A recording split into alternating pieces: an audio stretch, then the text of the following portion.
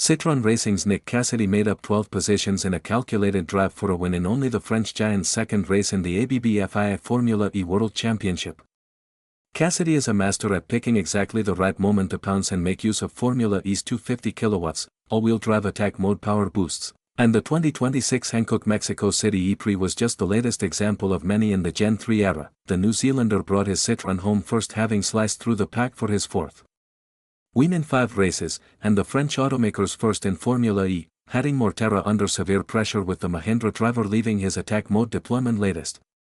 Cassidy did hold on though for more silverware after his P3 in the Sao Paulo season opener, with Mortara's mirrors full of reigning champion Roland through the sweeping final turn as the top 5 crossed the line within a second of one another. Taylor Barnard had started best, pressuring pole-sitter Sebastian Buemi, Mbichin Racing, into a mistake on the defensive at turn 1. The young Brit led on lap 1 as he chased the accolade of becoming the series' youngest ever winner, but was squeezed down the top 6 early on, winding up just about there come the checkered flag with a creditable fourth as he made it by Dennis right at the line. Dennis himself finished 5th, ahead of Porsche's Pascal Wehrlein.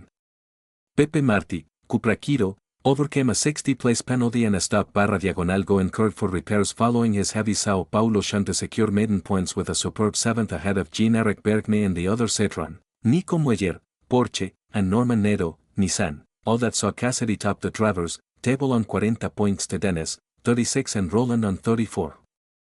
Citroën had Andretti in the teams, running 44 to 36 points. In the Manufacturers' World Championship, Stellantis have a 7-point lead on Porsche. As it happened, Barnard started well and forced Buemi into defensive maneuvers in order to keep a hold of P1.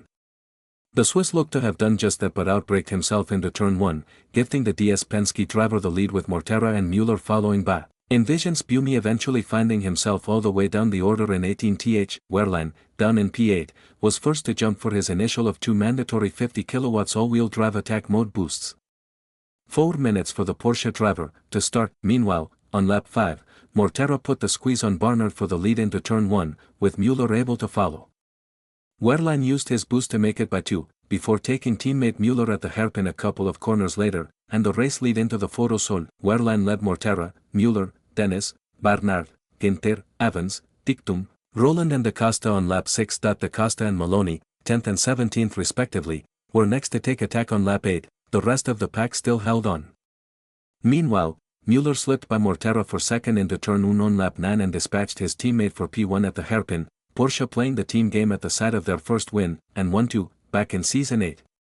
Lap 11 and the pace began to pick up. Jake Dennis, Sao Paulo's winner, sat 7th with 0.5% energy in hand on the rest of the top 10. Into turn 1 on lap 12, Da Costa was squeezed from 4th to 6th, having made up good ground from the cusp of the top 10 under attack mode. Mortara hit the front again, with Mueller, Dictum, Wehrlein, Barnard, Da Costa, Dennis, Ginter, Evans and Roland the top 10, and ominously, for Porsche-powered cars in the top 5 positions, the scrap on the edge of the points-paying positions lit up at the halfway stage as impatience looked to be building. 3 wide won't work all that often through the hairpin.